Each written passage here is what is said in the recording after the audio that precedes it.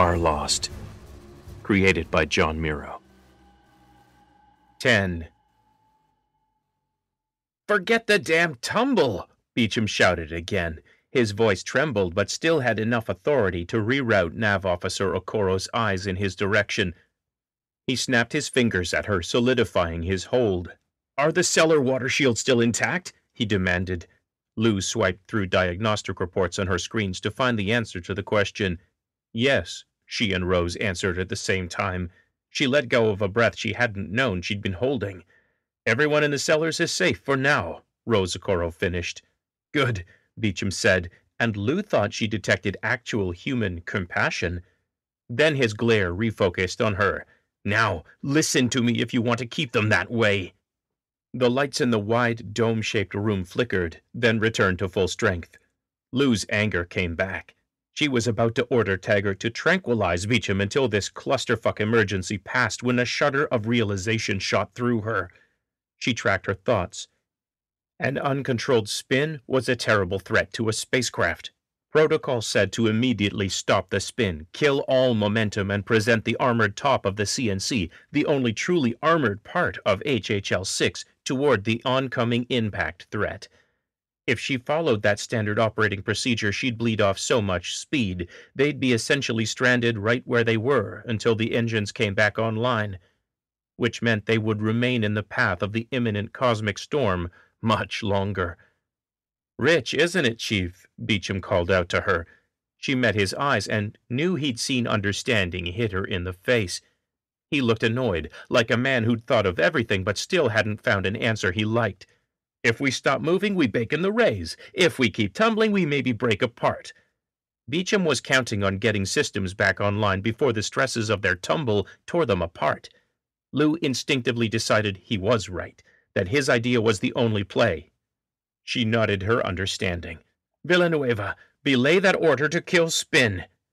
She pulled up a wireframe display of HHL-6.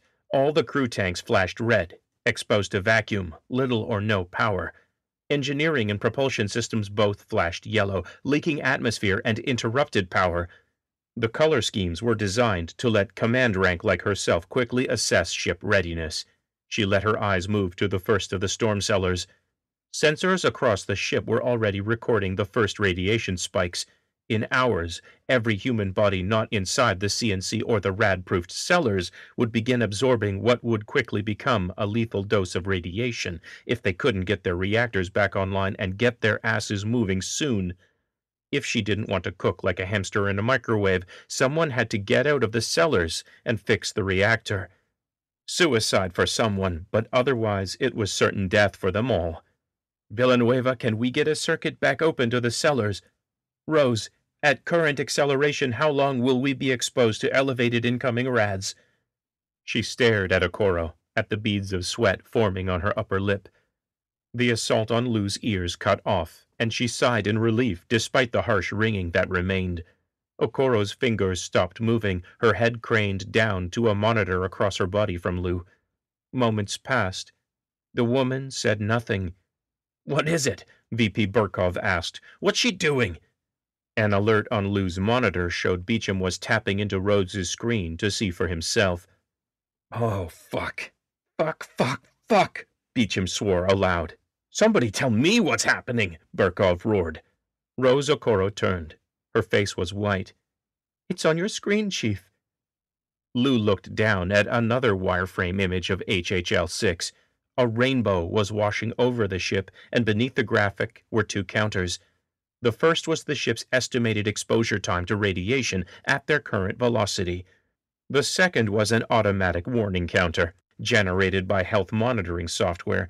This counter showed how long before occupants of the storm cellars and CNC also received a fatal dose of radiation.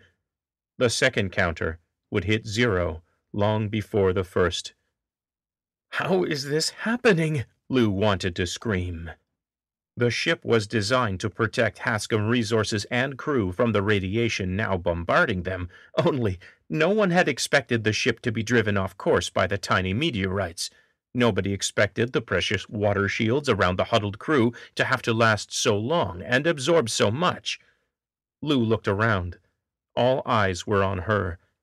Lady, Burkov shouted, terror strangling his words. What the hell is happening to us? How was she going to save all her people? Sensors began to bleat. A red bar appeared at the bottom of her screen. The full force of the radiation storm had reached the ship.